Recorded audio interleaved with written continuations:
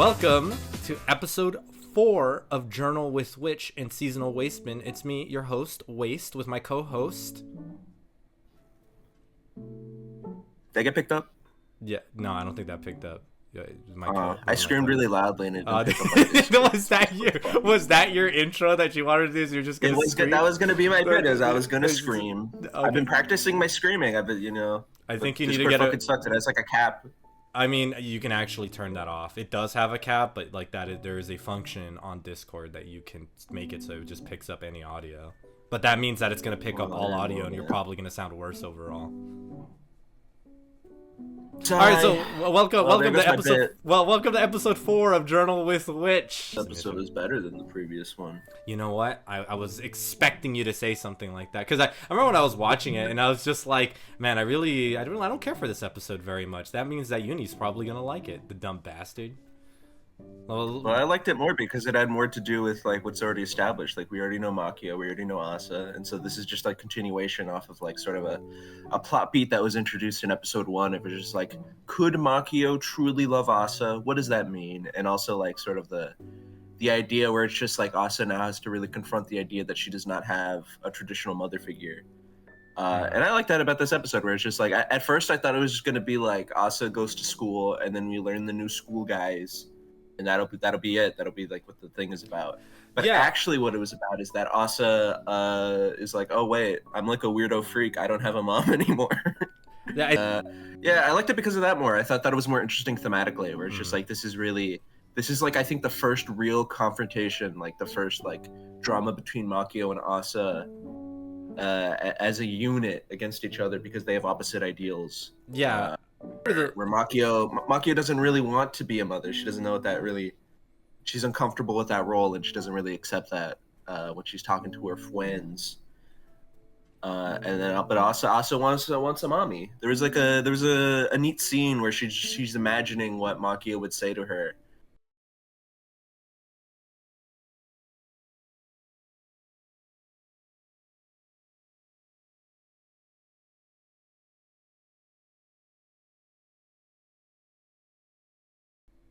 Because she didn't get the response that she wanted. And then there's another cool scene where she realizes that she's projecting what she expects her mom to say for what Makio should say. Yeah. I have that literally written down verbatim of projection.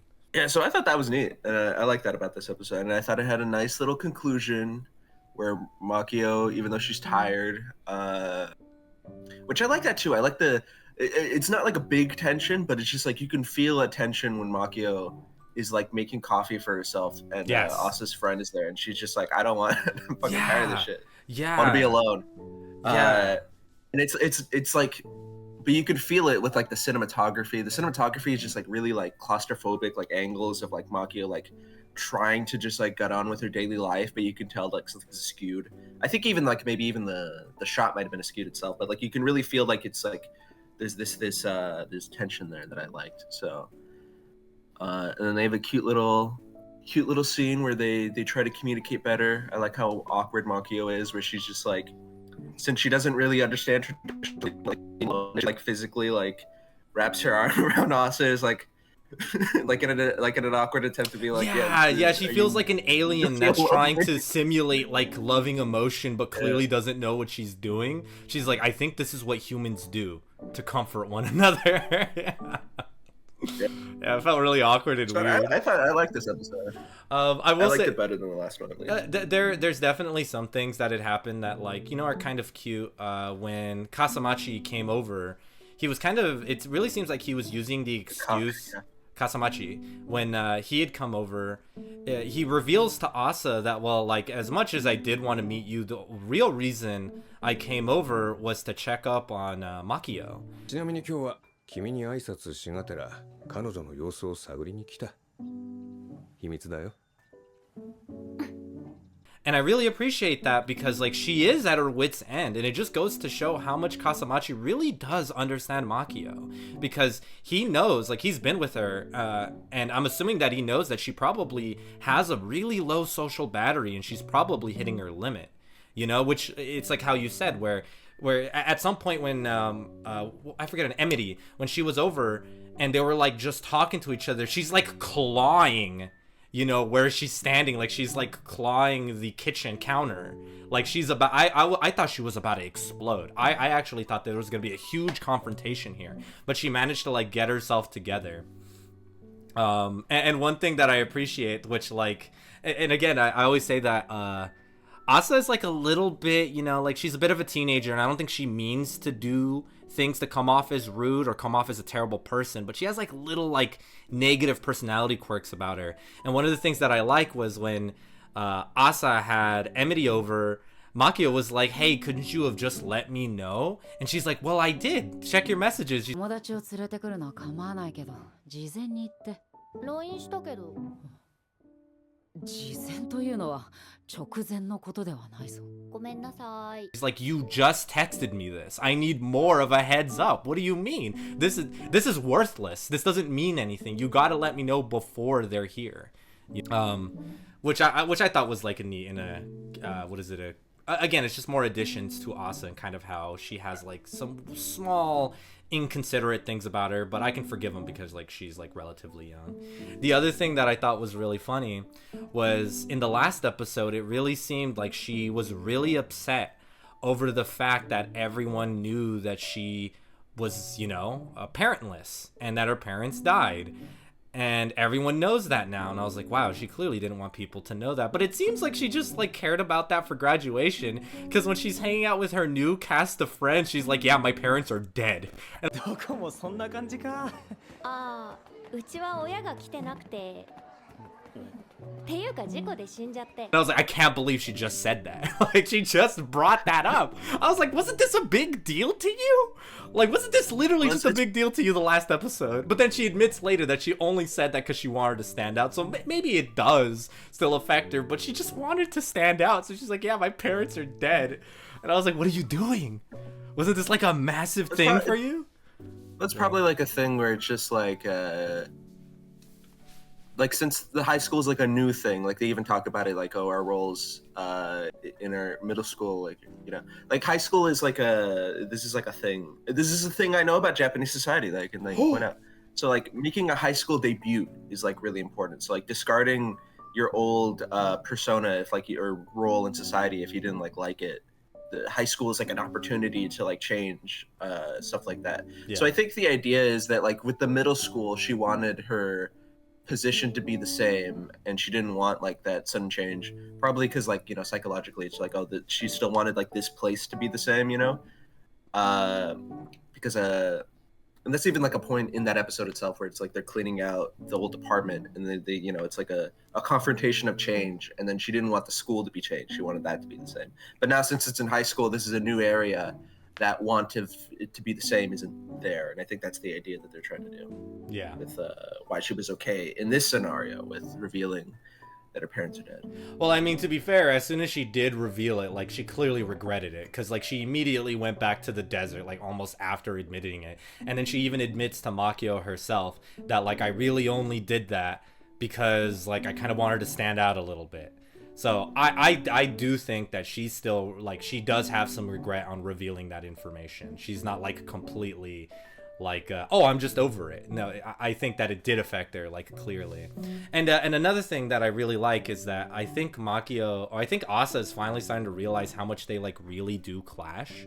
Because, again, Asa is a girl's girl. She wants to talk about her life. She wants to talk about her problems. She wants to talk about, I mean, in a way, like, I know this is going to sound a bit stereotypical, but even boys. Because even when Kasamachi left, or not when Kasamachi left, when Makio left, I even wrote in my notes saying the glue holding these two together, like, they're being hit with that awkward moment where you're hanging out with your girlfriend and then she leaves and you're stuck in a room with these people you don't really know, and it's gonna be kind of weird and awkward. But that's not what happened. She immediately just started pressing Kasamachi on whether they're still dating and what their current situation is, you know? マキオちゃんの彼氏ですか? Asa is definitely someone who feels like she has a need of communicating about the things going on around her, and especially because she's very young. And when she asks, when she talks to Makio and mentions that, like, I kind of wanted to stand out, in a way, I think that she really is hurt. Like, it did bother her that Makio was just kind of like, yeah, huh, whatever. And she's like, you don't have anything more to say than that? You just, huh? And she was like, yeah, well, you know, what do you want me to say? それだけ？ねえ、冷めちゃう。先食べていい？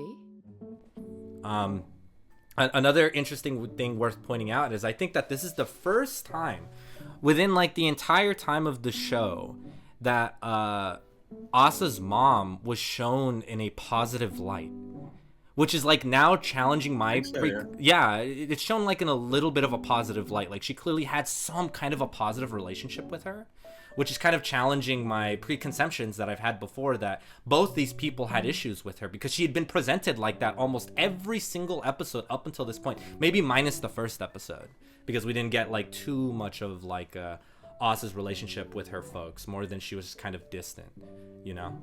And this is the first time that that's kind of being challenged a little bit.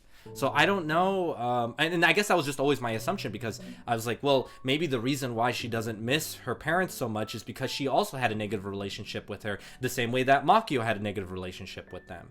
But now with that scene that we get of her like with her mom and like being like lovingly held, I'm like, wait, no, hold on.